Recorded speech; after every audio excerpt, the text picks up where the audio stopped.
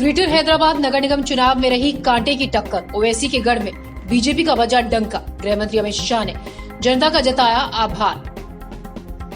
किसान आंदोलन को लेकर भारतीय किसान संघ का ऐलान। शनिवार को फूकेंगे प्रधानमंत्री का पुतला।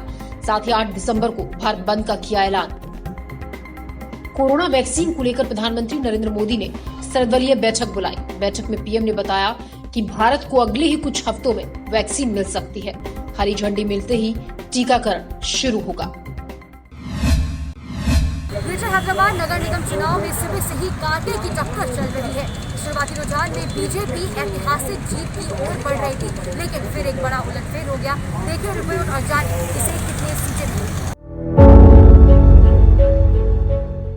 ग्रेटर हैदराबाद नगर निगम चुनाव के नतीजे घोषित हो गए हैं। देश के सबसे बड़े नगर निगम में से एक ग्रेटर हैदराबाद नगर निगम के चुनाव में बीजेपी ने जबरदस्त प्रदर्शन करते हुए 49 सीटों पर जीत हासिल की है। वहीं केसीआर की पार्टी टीआरएस को 56 और असुद्दीन ओवैसी की पार्टी एआईएमआईएम को 43 सीटों पर जीत मिली है। बीजेपी की जीत पर केंद्रीय गृह मंत्री अमित शाह ने ट्वीट किया। उन्होंने कहा कि तेलंगाना की जनता ने पीएम मोदी पर भरोसा जताया। तेलंगाना की जनता का आभार। आपको बता दें कि इस चुनाव के लिए बीजेपी ने पूरी ताकत लगा दी थी। अमित शाह और योगी आदित्यनाथ जैसे बीजेपी के स्टार प्रचारकों ने निगम के चुनाव में पार्टी के लिए प्रचार किया था। दोनों ही नेताओं ने हैदराबाद में रोड शो किया था और असुद्दीन ओवैसी पर जमकर निशाना साधा था। ब्यूरो रिपोर्ट, खबर INS। कोरोना वैक्सीन को लेकर प्रधानमंत्री नरेंद्र मोदी ने सर्वदलीय बैठक बुलाई और इस बैठक के दौरान प्रधानमंत्री नरेंद्र मोदी ने कहा कि भारत को कुछ ही हफ्ते में कोरोना की वैक्सीन मिल सकती है, क्योंकि देश के वैज्ञानिकों को एक बहुत बड़ी सफलता हाथ लगी है और सब कुछ ठीक रहा तो कुछ ही हफ्तों में हम सभी को वैक्सीन मिल सकती है। देखिए पूरी रिपोर्ट। कोरोना वैक्सीन को लेकर प्रधानमंत्री नरेंद्र मोदी ने शुक्रवार को बड़ा बयान दिया। पीएम मोदी ने सर्वदलीय बैठक में बताया कि भारत को अगले ही कुछ हफ्तों में वैक्सीन मिल सकती है। देश के वैज्ञानिक बड़ी सफलता के करीब। अपने संबोधन में पीएम मोदी ने वैक्सीन की कीमत, उसके वितरण और राज्यों के साथ समन्वय पर खुलकर बात की। भारत ने एक विशेष सॉफ्टवेयर भी बनाया है, कोविन, जिसमें कोरोना वैक्सीन के लाभार्थी वैक्सीन के उपलब्ध स्टॉक और स्टोरेज से जुड़ी रियल टाइम इंफॉर्मेशन रहेगी। भारत में कोरोना वैक्सीन की रिसर्च से जुड़े दायित्व के लिए विशेष टास्क फोर्स का गठन किया गया था और वैक्सीन से जुड़े अभियान का दायित्व नेशनल एक्सपर्ट ग्रुप को दिया गया है। इसमें टेक्निकल एक्सपर्ट्स हैं, केंद्र सरकार के संबंधित मंत्रालयों और विभागों के अधिकारी हैं, प्रत्येक जोन के हिसाब से राज्य सरकारों के भी प्रतिनिधि हैं। ये नेशनल एक्सपर्ट ग्रुप राज्य सरकारों के साथ मिलकर के काम कर रहा है। राष्ट्रीय और स्थानीय हर जरूरत के मुताबिक फैसले नेशनल एक्सपर्ट ग्रुप द्वारा सामूहिक तौर पर लिए जाएंगे।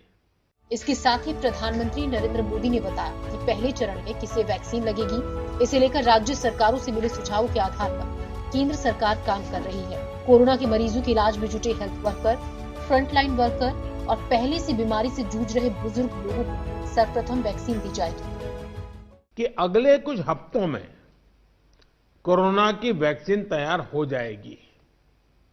जैसे ही वैज्ञानिकों की हरी झंडी मिलेगी, भारत में टीकाकरण अभियान शुरू कर दिया जाएगा।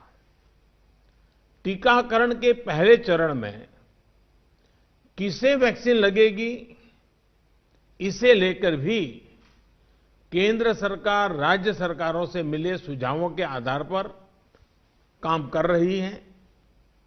इसमें प्राथमिकता कोरोना के मरीजों के इलाज में जुटे health care workers, frontline workers और जो पहले से गंभीर बीमारियों से जूझ रहे हैं, वैसे बुजुर्ग लोगों को दी जाएगी।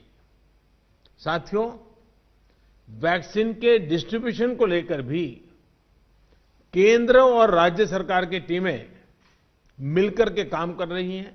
वैक्सीन की वितरण व्यवस्था के लिए केंद्र और राज्य की टीमें मिलकर काम कर रही हैं। सर्वदलीय बैठक में करीब 1 दर्जन से ज्यादा राजनीतिक दलों के नेता शामिल हुए। अब सभी की निगाहें वैक्सीन पर टिकी है। ब्यूरो रिपोर्ट, खबर IANS। आरबीआई की मॉनेटरी पॉलिसी कमेटी ने अपनी ब्याज दरों में किसी भी तरह का कोई भी बदलाव नहीं किया है। एमपीसी ने रेपो रेट 4% पर बरकरार रखा। इसका मतलब ये है कि रिजर्व बैंक से बैंकों को 4% पर ही लोन मिलेगा। इससे बैंक भी लोन सस्ता नहीं कर पाएगा। कोरोना काल ने दुनिया के तमाम देशों की तरह भारत की इकोनॉमी को भी बुरी तरह से प्रभावित किया है, लेकिन अब शुभ संकेत मिलने लगे हैं। भारतीय रिजर्व बैंक का मानना है कि अर्थव्यवस्था का सबसे बुरा दौर खत्म हो चुका है। आरबीआई के मुताबिक चालू वित्त वर्ष की पहली 2 तिमाहियों में आर्थिक विकास दर में जो गिरावट हुई है वो अब दोहराई जाएगी।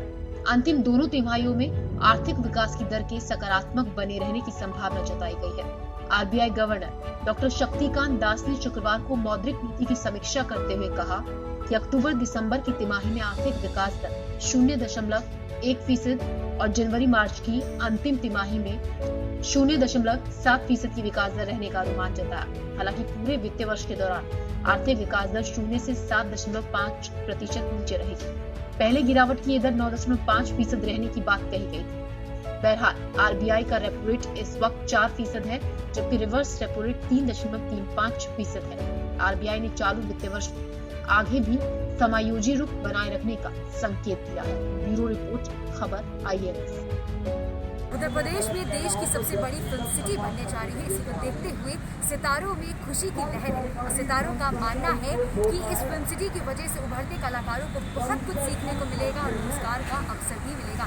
इसी को देखते हुए एक खास बातचीत में बीजेपी सांसद रवि किशन ने क्या कुछ कहा है, आइए आपको इस रिपोर्ट के जरिए दिखाते हैं।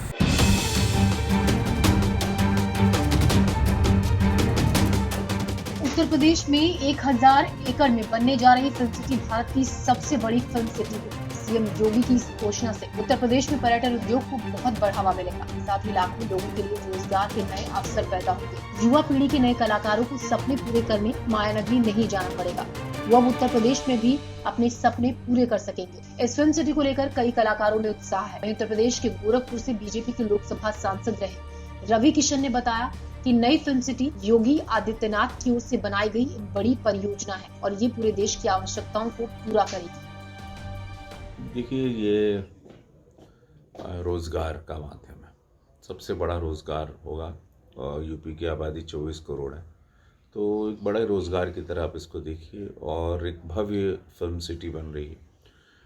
मुंबई की फिल्म सिटी छोटी है, 500 एकड़ की, ये 1000 एकड़ की होगी और 24 करोड़ की आबादी है। लाखों लोग हैं जो सिनेमा में आना चाहते हैं। बच्चे मेरी तरह रवि किशन बहुत सारे आना चाहते हैं। तो ये बहुत अच्छी सोच है और एक आधुनिक फिल्म सिटी सोचें, एक ऐसी जिसमें अपग्रेडेड होगा। आप अंदर गेट खुलेगा, आप अंदर जाएंगे, पूरी फिल्म ख़त्म होगी, पोस्ट प्रोडक्शन से लेके आप पूरी फिल्म ख़त्म करके आप बाहर आ जाएंगे। तो ये वो फिल्म स्टूडियो बन रहा है और एक बहुत ये गर्व की बात होगी पूरे भारत के लिए। महाराष्ट्र में शिवसेना के बारे में एक सवाल के बारे में फिल्म सिटी पर आपत्ति जताते हुए रवि किशन ने कहा, नई फिल्म सिटी के आसपास इतना शोर अच्छा नहीं, क्योंकि ये पाकिस्तान के कराची में नहीं बल्कि उत्तर प्रदेश में बनाया जा रहा है, जो कि भारत का ही हिस्सा है। ना हो हल्ला करने की जरूरत ही नहीं। पहली बात तो ये पाकिस्तान के कराची में नहीं बन रहा, ये बन रहा है उत्तर प्रदेश में। उत्तर प्रदेश भारत का हिस्सा है और ये बन रहा है समस्त भारतवासियों के लिए, जहाँ पे मराठी फिल्म को भी सब्सिडी दी जाएगी। ये मैं आपको जानकारी देता हूँ। यहाँ पर हिंदी होगी, कन्नड़ा होगी, Tamil, Telugu, Malayalam, Bhojpuri, web series, television serials, तो जो भी आएगा संस्कृति संस्कार की अच्छी चीज़ें बनाएगा, भारत की अच्छी चीज़ें बनाएगा, हमारे इतिहास की अच्छी चीज़ें, उसको सरकार सब्सिडी भी देगी। कहानियाँ अच्छी रहेंगी, पारिवारिक होगी, जिसमें भारत झलकता होगा, उसको सब्सिडी दी जाएगी। उसमें मराठी फिल्म का भी नाम है। तो यहाँ मराठी इंडस्ट्री का भी स्वागत है, ना कि ये सिर्फ हिंदी या भोजपुरी फिल्म के लिए फिल्म सिटी बन रही है। ये समस्त भारत के समस्त भाषाओं के लिए। उत्तर प्रदेश में पर्यटन उद्योग को नए पंख लगाने के मकसद से ही इस फिल्म सिटी की घोषणा की गई है। अगर इसके लोकेशन और कनेक्टिविटी पर गौर करेंगे तो ये जगह कमाल की। एक्सप्रेसवे पर ही जेवर इंटरनेशनल एयरपोर्ट बनेगा। ऐसे में ऑन लोकेशन शूट के लिए भी ये शानदार जगह है। ब्यूरो रिपोर्ट, खबर IANS।